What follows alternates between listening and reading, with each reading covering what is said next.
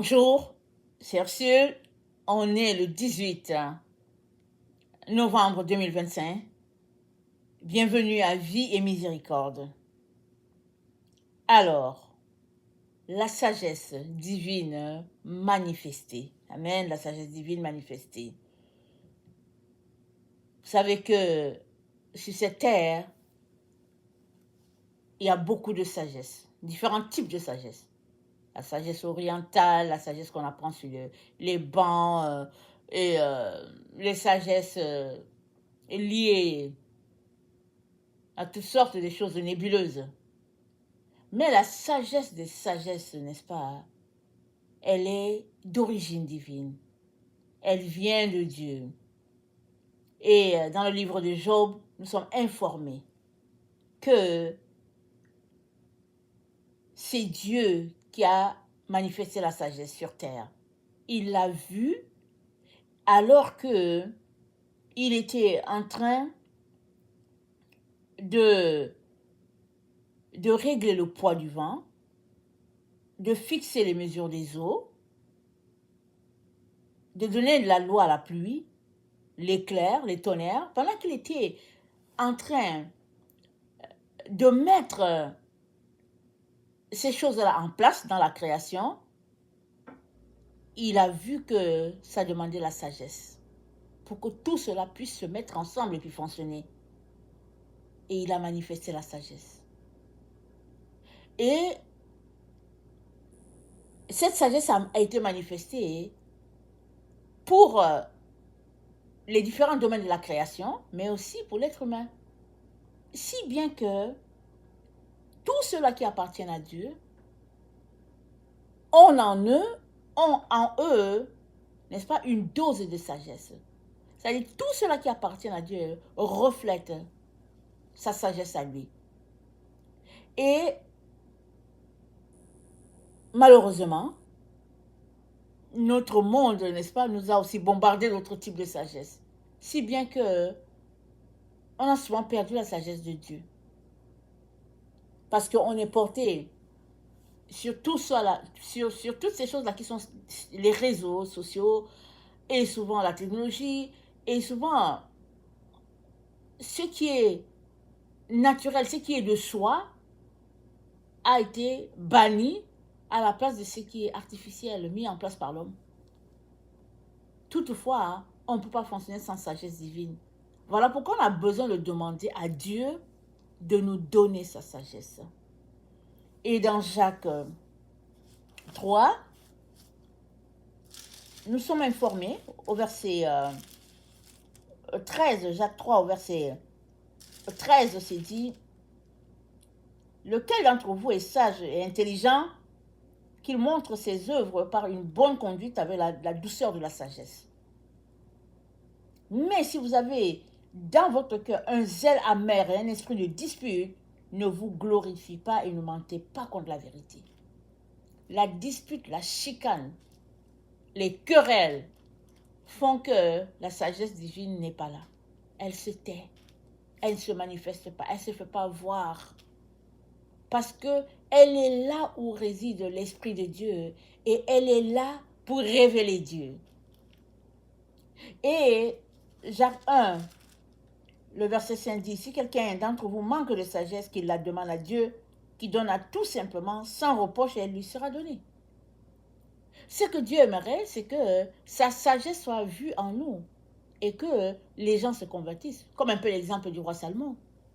Le roi Salomon s'est dit qu'il était l'homme le plus sage. Les gens ont entendu sa renommée très loin. Et les gens sont venus jusqu'à lui pour être informés de cette sagesse-là. Et on a l'exemple de la reine de Séba.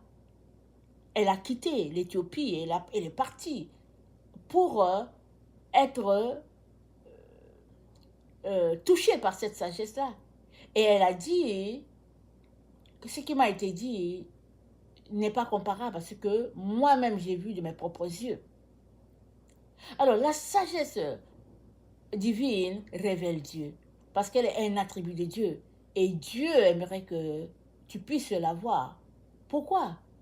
Parce que si tu as la sagesse divine, tu vas laisser toutes ces autres sagesses-là. Tu vas arrêter de courir après ces choses-là qui ne te nourrissent pas, qui ne te rassasient pas. Et la sagesse divine a été placée au sein de l'Église. Vous savez, l'Église a été révélée dans notre ère. Avant cela, les prophètes, les apôtres ne savaient pas ce que c'est. Mais l'Église a été révélée dans ce temps de la fin afin de révéler Dieu. Et puis, tous ceux-là qui se convertissent sont ajoutés à l'Église. Et dans l'Église, Dieu manifeste ses différents dons. Et l'Église, ce n'est pas un bâtiment. L'Église, c'est le corps de Christ, ce n'est pas un bâtiment. Et comment as-tu accès à la sagesse divine que Dieu a donnée pour ses enfants? Comment as-tu accès? Tu l'as accès en confessant ce que Dieu a fait, c'est-à-dire que tu possèdes, parce que c'est dit demande, et Dieu va te le donner. Mais quand tu demandes, la Bible dit, crois que tu l'as reçu et tu le verras s'accomplir. Donc demande la sagesse à Dieu, amen, afin d'être touché par lui, et après, remercie-le du fait qu'il a déjà pourvu pour que tu aies cette sagesse-là. Et cette sagesse-là, on l'a alors qu'on apprend à craindre Dieu. Ce n'est pas avoir peur, mais à le craindre, c'est-à-dire à le respecter dans qui il est et à obéir à ce qu'il nous demande de faire. Alors que nous obéissons, nous témoignons que nous reconnaissons Dieu comme notre Maître, comme notre Seigneur. Amen. Alors, la sagesse a été placée sur la terre pour que les enfants de Dieu puissent aussi en bénéficier. Dans Proverbe 3, elle est décrite comme un arbre de vie. Proverbe 3, au verset 18, c'est dit, elle est un arbre de vie pour ceux qui la saisissent, et ceux qui la possèdent sont heureux. Donc, il est question de saisir la sagesse divine. Mais tu vas la saisir comment? Tu vas la saisir alors que tu viens dans la présence de Dieu à tous les jours et que tu étudies sa parole. Parce que c'est la sagesse qui va ouvrir tes yeux et qui va te faire réaliser, n'est-ce pas, tout ce que Dieu a mis de côté pour toi. Et c'est un arbre de vie, la sagesse divine. Et c'est cet arbre-là qui est décrit dans Apocalypse 22. Il dit, il montra un fleuve d'eau de la vie, limpide comme du cristal qui sortit du trône de Dieu et de l'agneau au milieu de la place de la ville. Et sur les deux bords du fleuve, il y avait un arbre de vie produisant 12 fois des fruits, rendant son fruit chaque mois et dont les feuilles servaient à la guérison des nations.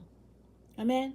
Par sa sagesse, Dieu nous apporte la guérison à tous les niveaux, corps, âme et esprit. Il peut te communiquer telle parole, il peut te dire d'aller prendre telle plante, il peut te dire fais ceci, fais cela, pour que tu sois, tout ce qui t'a été volé te soit restitué. C'est Dieu seul qui peut nous conduire dans sa sagesse. Et alors que nous marchons devant lui, cette sagesse s'imprègne en nous, si bien que tout est renouvelé. Les arbres, les animaux, les humains. Parce que c'est dit dans Romains 8, le verset 19, que la terre attend la révélation des fils de Dieu. Parce que la terre a été soumise à la vanité de notre monde. Alors que les fils de Dieu se manifestent à la terre, tout sera renouvelé. Tout sera recréé à nouveau. Et ce sera un nouveau Éden, un nouveau jardin. Et c'est dit au verset 20 de Romains 8, c'est dit, car la création a été soumise à la vanité, non de son gré, mais à cause de celui qui l'y a soumise. Donc, tout le monde subit ce qui s'est passé à la création, à la débâcle d'Adam, tout le monde subit. Et ce n'est pas le temps. Ce n'est pas ça que Dieu veut pour nous. Et il dit que dans les temps où sera manifestée sa présence, n'est-ce pas, tout va reprendre vie. Voilà pourquoi la création soupire. Tout le monde soupire. Les humains, les animaux, la végétation, tout le monde soupire. Et le secret se trouve dans la sagesse de Dieu. Le fait de marcher dans ce que Dieu a acquis pour ses enfants. Et cette sagesse-là manifestée par notre Dieu, Dieu l'a placée dans l'Église, dans sa maison. Parce que l'Église, c'est le corps de Christ. C'est là que tu seras, tu posséderas cette sagesse-là, comme toutes les autres choses que Jésus-Christ a données à son Église. Voilà pourquoi il est important que tu marches non selon les voies de ce monde, mais que tu marches selon les voies de Dieu. Alors que tu marches selon ses voies, il va te remplir, il va te diriger, il va te conduire. À toutes les questions que tu te poses, la sagesse sera là pour te dire quoi faire ou bien quoi ne pas faire. Amen. Alors, ne mélange pas. La seule chose, c'est qu'il ne faut pas que tu mélanges sagesse de Dieu et sagesse du monde. Ne va pas ici pour prendre la sagesse du monde et après tu mélanges ça avec la sagesse de Dieu. Non. Choisis juste la sagesse de Dieu. Fais-lui confiance et laisse-le te visiter. Laisse-le te transformer pour la gloire de son royaume. Parce que si Dieu a manifesté la sagesse, c'est pour nous bénir, c'est pour bénir toute la création. Amen.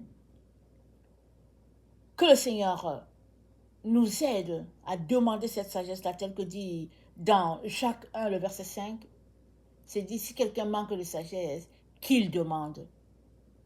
Et qu'il demande sans zèle amer, sans frustration, mais qu'il demande à Dieu. Et Dieu, n'est-ce pas, va lui donner. Pourquoi? Parce qu'il sait que tu en as besoin. Il sait que ça fait partie de ton héritage. Il te l'a donné. Alors demande. Et tu vas recevoir. Amen. Et une fois que tu demandes, dis-lui déjà merci parce qu'il a pourvu. Parce que Dieu dit que si vous demandez, croyez que vous l'avez reçu et vous allez le voir s'accomplir. Donc tu demandes la sagesse à Dieu et après tu lui dis merci parce qu'il a pourvu et tu le célèbres et puis tu le loues et puis tes yeux vont finir par voir cette sagesse-là et ta vie va se mettre à témoigner de cette sagesse de Dieu là en toi. Et ainsi tu vas grandir. Parce qu'on a tous besoin de sagesse. On a tous besoin de la lumière de Dieu. Amen. Soyons tous bénis et accrochons-nous à notre Dieu et que sa gloire repose sur chacun d'entre nous. Amen. Alléluia et Amen.